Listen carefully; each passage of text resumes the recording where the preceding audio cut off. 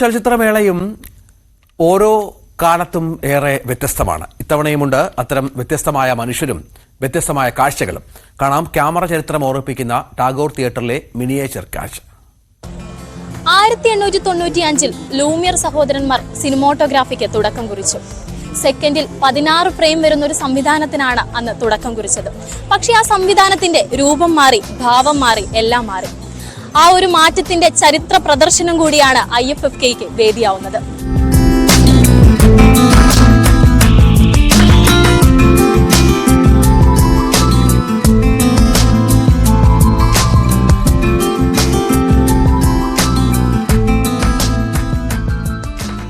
മോഹനൻ ചേട്ടന്റെ ആദ്യത്തെ IFFK വേദിയല്ല ഇത്. പക്ഷേ ഇത്തവണത്തെ IFFK മോഹനൻ ചേട്ടന് ഏറെ വ്യത്യസ്തവും വേറിട്ട അനുഭവമാണ്. ഫെസ്റ്റിവലിന് പങ്കെടുക്കാൻ വേണ്ടി വരികയും ഫെസ്റ്റിവലിനോടനുബന്ധിച്ച് എൻ്റേതായിട്ടുള്ള വർക്ക് ഇവിടെ ഡിസ്പ്ലേ ചെയ്ത് വരുന്ന ജനങ്ങൾക്കൊന്ന് കാണാൻ വേണ്ടിയിട്ടാണ് ഞാൻ ഇപ്രാവശ്യം ആഗ്രഹിച്ച് നടന്നുകൊണ്ടിരിക്കുന്നത്. അതിലെനിക്ക് അതിയായ തൃപ്തിയുണ്ട്. സിനിമാ കൊട്ടകയുടെ ഒരു ചരിത്രമുണ്ടിവിടെ. സിനിമ പിറക്കുന്ന, ചിത്രം പിറക്കുന്ന ചരിത്രം. ആ ചരിത്രം പുതുതലമുറയ്ക്ക് അത്ര തന്നെ പരിചിതമാണോ?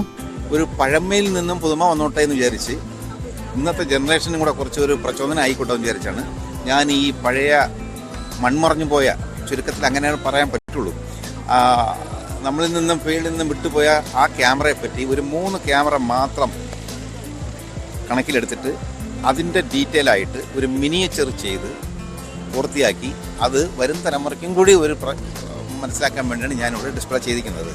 3 കാലത്തിന്റെ ഓർമ്മ പുതുക്കുന്ന മിനിയേച്ചറുകളാണിവിടെ. ഇത് മിക്സർ ക്യാമറ എന്നാണ് ഇതിൻ്റെ പേര്.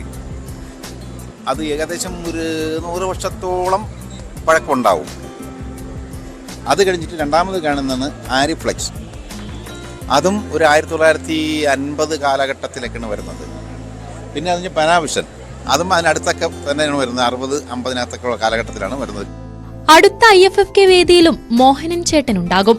ക്യാമറ ചരിത്രത്തോടൊപ്പം സിനിമാ പ്രേമികളെ കയ്യിലെടുക്കുന്ന മറ്റൊരു പുത്തൻ വിദ്യയുമായി.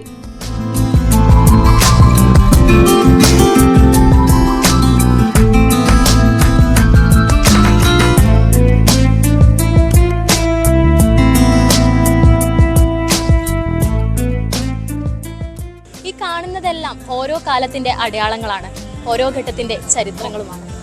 ക്യാമറ പേഴ്സൺ ഹരികൃഷ്ണനൊപ്പം ദിൽന ദിനേശ്, ന്യൂസ് 18.